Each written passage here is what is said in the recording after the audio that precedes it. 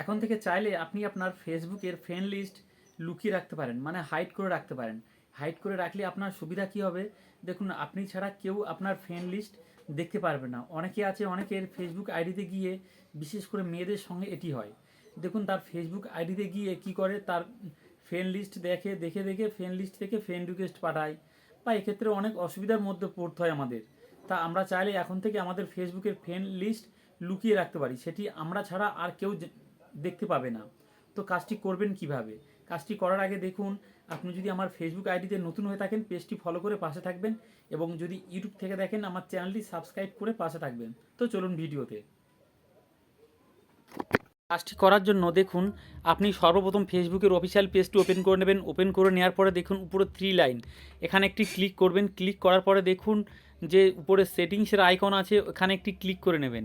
এখানে ক্লিক করার পরে দেখুন একটু স্ক্রল ডাউন করে নিচে যাবেন।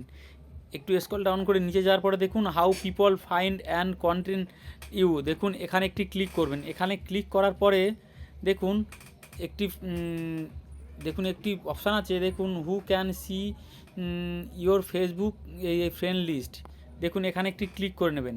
দেখুন এখানে ক্লিক করে নেওয়ার পরে দেখুন এখানে অনেকগুলো অপশান আছে, আমি অত ডিটেলসে যাব না। দেখুন এই পাবলিক, উপরে দেখি পাবলিক করে রাখলে কী হবে, যে কেউ আপনার ফেসবুকের ফ্রেন্ড লিস্টটি দেখতে পারবেন।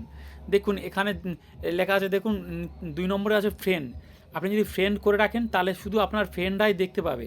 এবং দেখুন 3 নম্বরে আছে, 4 নম্বরে আছে, আপনি অত যাবেন না। দেখুন আপনি যদি চান পাবলিক করে রাখতে তাহলে পাবলিক করে রাখবেন। আপনি যদি চান যে আপনার ফ্রেন্ডরা শুধু দেখতে পাবে তাহলে 2 নম্বর অপশান সিলেক্ট করবেন। আর আপনি যদি চান যে শুধুমাত্র আপনিই ছাড়া অন্য কেউ দেখতে পারবে না, তাহলে সব থেকে নিচের অপশানটি দেখুন অনলি মি। অনলি মি করে ওখানে একটি ক্লিক করবেন। ক্লিক করার পরে সেভ করে রাখবেন। সেভ করে রাখলে দেখুন আপনি ছাড়া আপনার ফেসবুকের ফ্রেন্ড লিস্টে কে কে আছে আর কেউ দেখতে পারবে না। তো ভিডিওটি ভালো লাগলে অবশ্যই লাইক করবেন এবং শেয়ার করে দেবেন। আপনার ভিডিও, আপনার এই শেয়ার থেকে অন্য কেউ শিখতে পারবে বা জানতে পারবে। নমস্কার।